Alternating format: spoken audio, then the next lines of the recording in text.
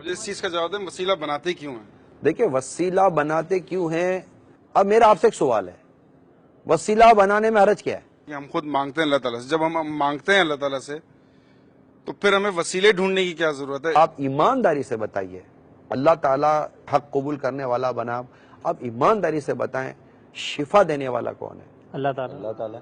آپ نے کبھی ڈاکٹر کو کہا ہے کہ ڈاکٹر صاحب بس صحیح کر دو میرے کو؟ کبھی کہا ہے؟ کہتے رہتے لوگ۔ اب نہیں، میں جو پوچھنا چاہتا ہوں ایمانداری سے بتائیے گا، بالکل میں اگر ایک میرے سامنے ڈاکٹر ہے، ایک وقت کی نماز نہیں پڑھتا فی الحال مثال کے طور پر، اور میں کہتا ہوں ڈاکٹر صاحب بہت طبیعت خراب ہے، پلیز مجھے صحیح کر دو، کیا کسی کے دل میں خیال آیا یار تم ڈاکٹر سے کیوں شفا مانگ رہے ہو؟ شفا تو اللہ دے گا، ڈاکٹر سے خالی دوائی لو، چپ چاپ دوائی کھاؤ اور جا کر اللہ سے دعا کرو، یا اللہ میں نے یہ کوشش کی، تو نے سبب پیدا کیا، میں نے سبب تو لے لیا، اب ڈاکٹر کو شفا بولنے کی کیا ضرورت ہے کہ ڈاکٹر صحیح کر دو؟ ڈاکٹر صحیح تو نہیں کر سکتا، کنیا کوئی ڈاکٹر صحیح نہیں کر سکتا، بندہ صحیح تبھی ہوگا جب اللہ شفا دے گا، یہ طے ہے۔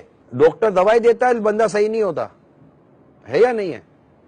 اسی طرح کئی مزارات پہ جا کر ہم دعا کرتے ہیں، دعائیں قبول ہوتی نظر نہیں آتی، اصل دعا کا قبول کرنے والا کون ہے؟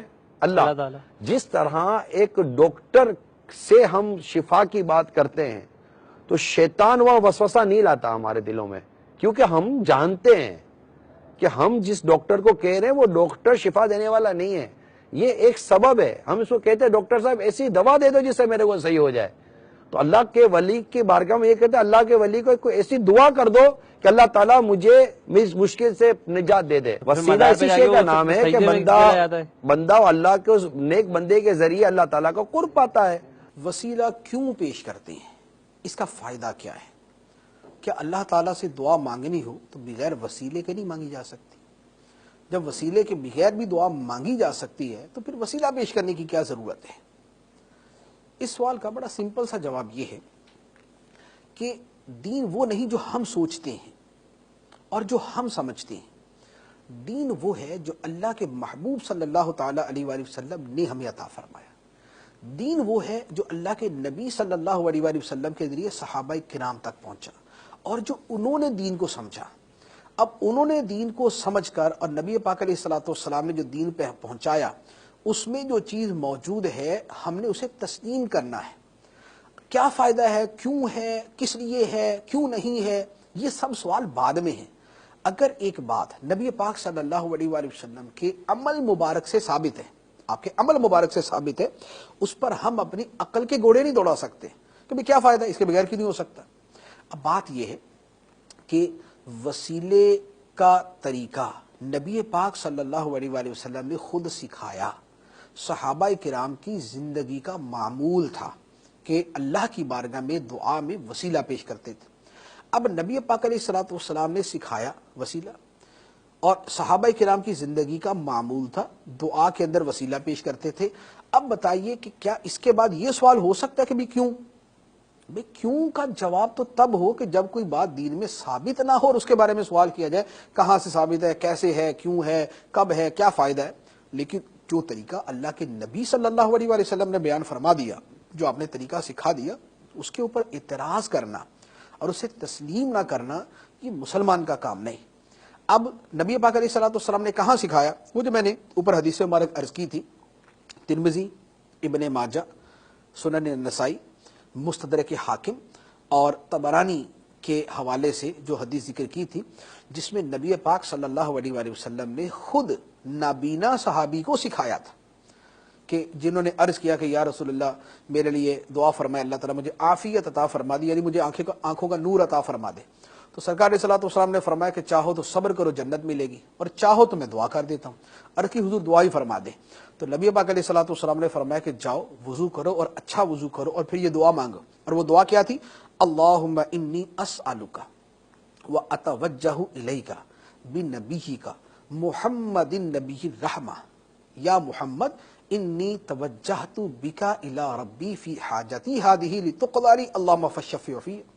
نبی پاک علیہ الصلوۃ والسلام سکھا رہے ہیں کہ وہ صحابی اللہ کی بارگاہ میں یہ دعا کرے، اے اللہ میں تیری طرف متوجہ ہوتا ہوں، میں تجھ سے سوال کرتا ہوں اور تیری طرف متوجہ ہوتا ہوں تیرے نبی محمد صلی اللہ علیہ وآلہ وسلم کے وسیلے سے جو نبی رحمت ہے۔ یا رسول اللہ میں آپ کے وسیلے سے اپنے رب کی طرف متوجہ ہوتا ہوں تاکہ میری حاجت کو پورا کر دیا جائے۔ اے اللہ، آقا کریم صلی اللہ علیہ وآلہ وسلم کی شفاعت میرے حق میں قبول فرما۔ اب یہ طریقہ کس نے سکھایا؟ نبی پاک صلی اللہ تعالی علیہ وآلہ وسلم نے۔ کس کو سکھایا؟ صحابی کو سکھایا۔ صحابی نے اس پر عمل کیا۔ عمل کرنے کا نتیجہ یہ ہوا کہ دعا قبول ہوئی، اللہ تعالیٰ نے آنکھوں کا نور عطا فرما دیا۔ تو اب سارے سوالوں کا جواب اسی کے اندر مل گیا کہ وسیلہ کیوں ہے؟ اس لیے ہے کہ اللہ کے رسول صلی اللہ علیہ وسلم نے سکھایا۔ وسیلے کا فائدہ کیا ہے؟ فائدہ یہ ہے کہ دعا قبول ہو جاتی ہے۔ اچھا، وسیلے کے بغیر کر لیں تو کیا فرق پڑتا ہے؟ تو بھائی یہ سوال تو وہاں جا کے کیا جائے جہاں سب سے پہلے وسیلہ سکھایا گیا۔ نبی پاک علیہ الصلوۃ والسلام سے صحابہ کرام نے تو یہ سوال نہیں کیا کہ یا رسول اللہ وسیلے کے بغیر ہی دعا نہ کر لیں۔ نہیں، صحابہ کرام یہ جرأت ہی نہیں کر سکتے۔ کیوں؟ اس لیے کہ اللہ کے رسول صلی اللہ علیہ وآلہ وسلم نے ایک بات ارشاد فرما دی، اور جو سرکار نے اجازت دے دی اس پہ سب ختم ہے۔ اس کے بعد آگے کسی شے کی حاجت ہی نہیں ہے مزید کسی پوچھنے کی اور مزید کسی اجازت لینے کی۔ اچھا، دوسری بات میں نے عرض کی تھی کہ وسیلے سے دعا مانگنا یہ صحابہ کرام کا طریقہ تھا، معمول تھا، ایک دعا نہیں، معمول تھا۔ دلیل بخاری شریف کی حدیث مبارک ہے۔ بخاری شریف میں سیدنا عمر فاروق رضی اللہ تعالی عنہ کے زمانے میں ایک مرتبہ خشک سالی پڑی۔ خشک سالی یعنی بارش نہیں ہوئی، تو سیدنا عمر فاروق رضی اللہ تعالی عنہ نے اللہ تعالیٰ سے جو دعا مانگی اس کے الفاظ کیا تھے؟ بخاری کے الفاظ ہیں، جلد نمبر 1 صفحہ نمبر 137۔ عرض کرتے ہیں، اللہم انا کنا نتوسل الیک بنبینا صلی اللہ علیہ وسلم فتسقینا وانا نتوسل الیک بعم نبینا صلی اللہ علیہ وسلم فاسقنا۔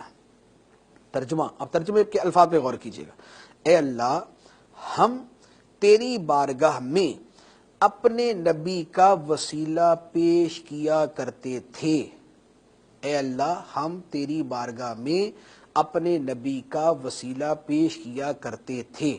یہ عمل ہے، یہ تکرار ہے کہ ہم یہ عمل کیا کرتے تھے، اور اے اللہ تو ہمیں بارش عطا فرما دیتا تھا، اور اب ہم تیری بارگاہ میں اپنے نبی صلی اللہ علیہ وآلہ وسلم کے چچا کا وسیلہ پیش کرتے ہیں، ہمیں سیراب کر دے۔ اس حدیث مبارک میں کتنی باتیں کلیئر ہو گئی۔ ایک تو یہ کہ نبی پاک علیہ الصلوۃ والسلام کا وسیلہ پیش کرنا صحابہ کا معمول تھا، ایک۔ دوسری بات یہ کلیئر ہوئی کہ صرف نبی ہی کا وسیلہ نہیں ہوتا، نبی سے نسبت رکھنے والے کا بھی وسیلہ ہوتا ہے۔ حضرت عباس رضی اللہ تعالی عنہ نبی کریم علیہ الصلوۃ والسلام کے چچا تھے، نسبت تھی، ان کا وسیلہ پیش کر دی۔ تیسری بات یہ پتہ چلی کہ وسیلہ صرف نبی کا نہیں، غیر نبی کا بھی ہوتا ہے، یعنی ولی ہے، صالح ہے، نیک ہے، متقی ہے، پرہیزگار ہے، اللہ کا مقبول بندہ ہے، اس کا بھی وسیلہ پیش کیا جا سکتا ہے۔ تو جب صحابہ کرام یہ کہتے ہیں کہ اے اللہ، ہم تیری بارگاہ میں اپنے نبی صلی اللہ علیہ وآلہ وسلم کے وسیلے سے دعا کیا کرتے تھے اور تو ہمیں بارش عطا فرما دیتا تھا، تو جب صحابہ کرام اپنا معمول خود بتا رہے ہیں تو ہم جو وسیلہ پیش کرتے ہیں یہ صحابہ کرام کی اسی سنت کی ادائیگی ہے، یہ اسی طریقے کی ادائیگی ہے۔ یہ دو دلیلیں بالکل اختصار کے ساتھ میں نے عرض کر دی ہیں، اگر تفصیل کے اندر جائیں گے تو بہت ساری چیزیں اس کے اندر آ جائیں گی، لیکن یہ دو دلیلیں ایک منصف مزاج کے لیے اور احادیث مبارکہ کو اور اللہ رسول کے فرامین کو تسلیم کرنے والے کے لیے کافی ہیں کہ وسیلہ پیش کرنے کے اندر کوئی حرج نہیں، بلکہ نبی پاک صلی اللہ تعالی علیہ وسلم نے یہ سکھایا اور صحابہ کرام کا معمول تھا۔